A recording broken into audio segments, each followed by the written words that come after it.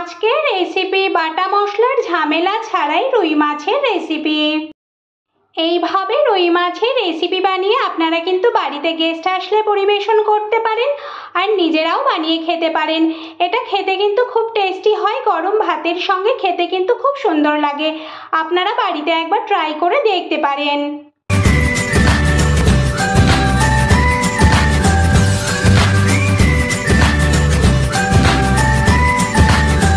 নমস্কার বন্ধুরা, অপরাজিতাস কিচেনে আপনাদের সবাইকে স্বাগত। আশা করি আপনারা সবাই ভালো আছেন। আজ আমি রুই মাছের রেসিপি বানাবো, কোনো বাটা মশলার ঝামেলা ছাড়াই এই রেসিপিটা আমি বানাবো। কিভাবে খুব সহজে আর তাড়াতাড়িভাবে এই বাটা মশলার ঝামেলা ছাড়াই এই রুই মাছের রেসিপিটা আমি বানাবো সেটা দেখে নিই। রুই মাছের রেসিপি বানানোর জন্য আমি এখানে রুই মাছ নিয়ে নিয়েছি। রুই মাছগুলোকে আমি কেটে ধুয়ে নিয়েছি। এবার এই রুই মাছের মধ্যে আমি পরিমাণ মতো লবণ দিয়ে দেব আর 1 চামচ হলুদ দিয়ে দেব। দিয়ে মাছগুলোকে আমি লবণ আর হলুদটা খুব ভালো করে মাখিয়ে নেব, তাহলে মাছগুলো কালারটা বেশ সুন্দর আসে। মাছগুলোতে আমি লবণ হলুদ ভালো করে মাখিয়ে নিয়েছি। এখানে আমি একটা কড়াই বসিয়ে গরম করে নিয়েছি। এবার এই কড়াইয়ের মধ্যে আমি পরিমাণ মতো সরষের তেল দিয়ে দিচ্ছি। এবার এই তেলের মধ্যে আমি 1 চিমটা লবণ দিয়ে দিচ্ছি। এই লবণটা দিলে কিন্তু মাছগুলো কড়ার গায়ে লেগে যায় না। তেলটা ভালো করে গরম হয়ে গেছে। এবার এই গরম তেলের মধ্যে আমি কিন্তু লবণ হলুদ মাখিয়ে রাখা মাছগুলো দিয়ে দেব।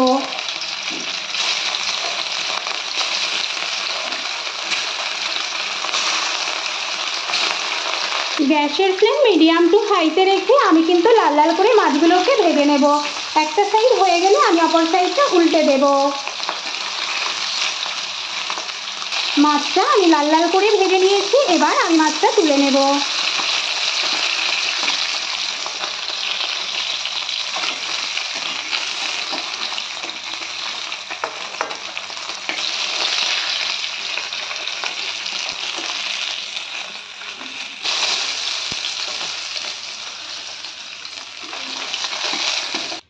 মাছগুলো সবই লাল লাল করে ভেজে তুলে নিয়েছি।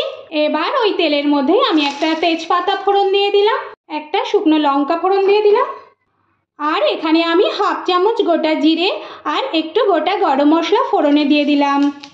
একটু নেড়ে নিয়েই আমি এর মধ্যে কেটে রাখা পেঁয়াজ কুচিগুলো দিয়ে দিচ্ছি। আমি এখানে একটা মিডিয়াম সাইজের পেঁয়াজকে কুচি করে নিয়েছি।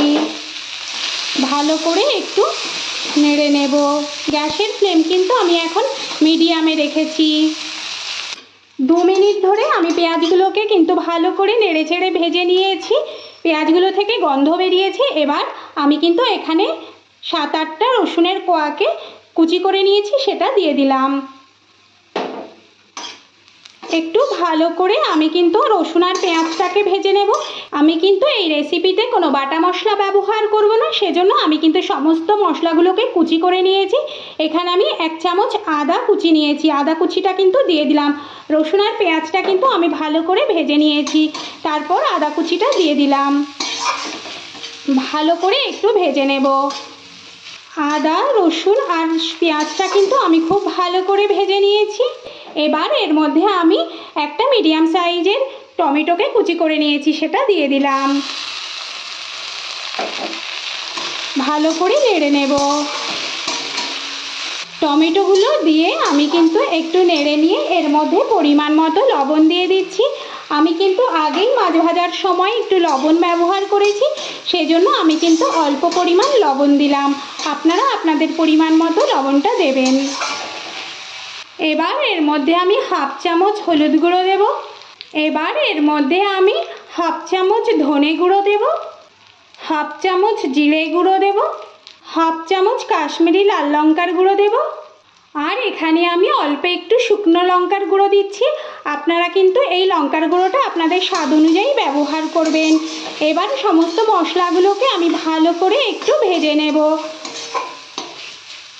এবার এখানে আমি অল্প একটু জল দেব। যেহেতু এখানে আমি গুঁড়ো মশলাগুলো দিয়েছি, সেজন্য আমি অল্প একটু জল দিয়ে এটা মিনিটখানেক ধরে একটু কষে নেব মশলাগুলোকে।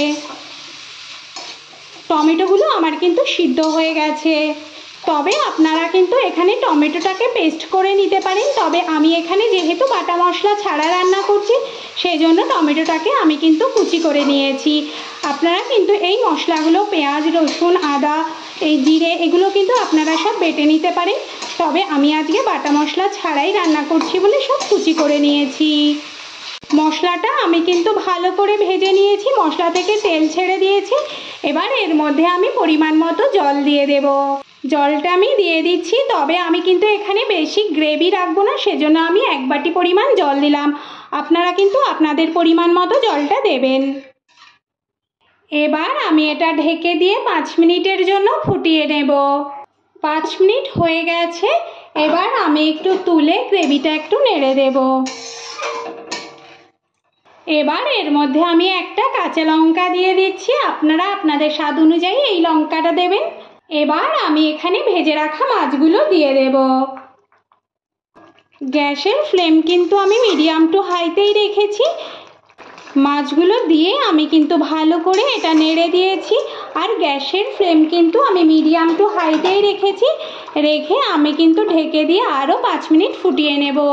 তবে আপনারা যদি এখানে গ্রেভি বা জলের পরিমাণ কম দেন তাহলে কিন্তু গ্যাসের ফ্লেম মিডিয়ামে রাখবেন, না হলে কিন্তু ঝোলটা তাড়াতাড়ি শুকিয়ে যাবে। 5 মিনিট হয়ে গেছে, এবার আমি এটা তুলে দেখে নেব গ্রেভিটা কেমন হয়েছে। একটু মাছগুলো কিন্তু আমি নেড়ে দেব। আমার কিন্তু রুই মাছের রেসিপিটা প্রায় হয়ে গেছে। এইভাবে খুব সহজে আর তাড়াতাড়ি খুব কম সময় বাটা মশলার ঝামেলা ছাড়াই আপনারা কিন্তু রুই মাছের রেসিপি বানিয়ে ফেলতে পারেন। এটা খেতে কিন্তু খুব টেস্টি হয়। আপনারা কিন্তু গরম ভাতের সঙ্গে এভাবে রুই মাছের রেসিপি বানিয়ে খেতে পারেন। আমার এই রেসিপিটা যদি আপনাদের ভালো লাগে তাহলে বাড়িতে অবশ্যই একবার ট্রাই করবেন, আর কেমন হয়েছে সেটা অবশ্যই একবার বলবেন। আমার এই ভিডিওটা যদি আপনাদের ভালো লাগে তাহলে লাইক, শেয়ার, কমেন্ট অবশ্যই করবেন, আর পাশে থাকা ছোট বেল আইকনটা প্রেস করবেন। আমি নতুন কোনো ভিডিও আপলোড করলে আপনাদের কাছে খুব সহজে একটা ছোট্ট নোটিফিকেশান পৌঁছে যায়। মাছগুলো কিন্তু আমি উল্টে দিয়েছি। বাড়িতে গেস্ট আসলে আপনারা কিন্তু এইভাবে রুই মাছের রেসিপিটা বানিয়ে পরিবেশন করতে পারেন। এটা খেতে কিন্তু খুব টেস্টি হয়, একবার বাড়িতে বানিয়ে ট্রাই করে দেখতে পারেন। হয়ে গেল আমার রুই মাছের রেসিপি। এবার এটা আমি নামিয়ে পরিবেশন করে ফেলবো। তবে আপনারা যদি আরেকটু গ্রেভি কমাতে চান তাহলে কমিয়ে নিতে পারেন, আর একটু ফোটালেই কিন্তু ঝোলটা কমে যাবে। আমি এখানে এরকম গ্রেভিতেই নামিয়ে দিচ্ছি। গ্যাসটা আমি অফ করে দিলাম।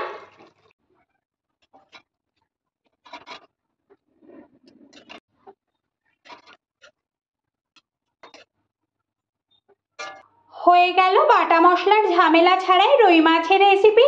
আমি এটা পরিবেশন করে ফেলেছি। আজ এ পর্যন্তই, দেখা হবে পরবর্তী নতুন ভিডিওতে।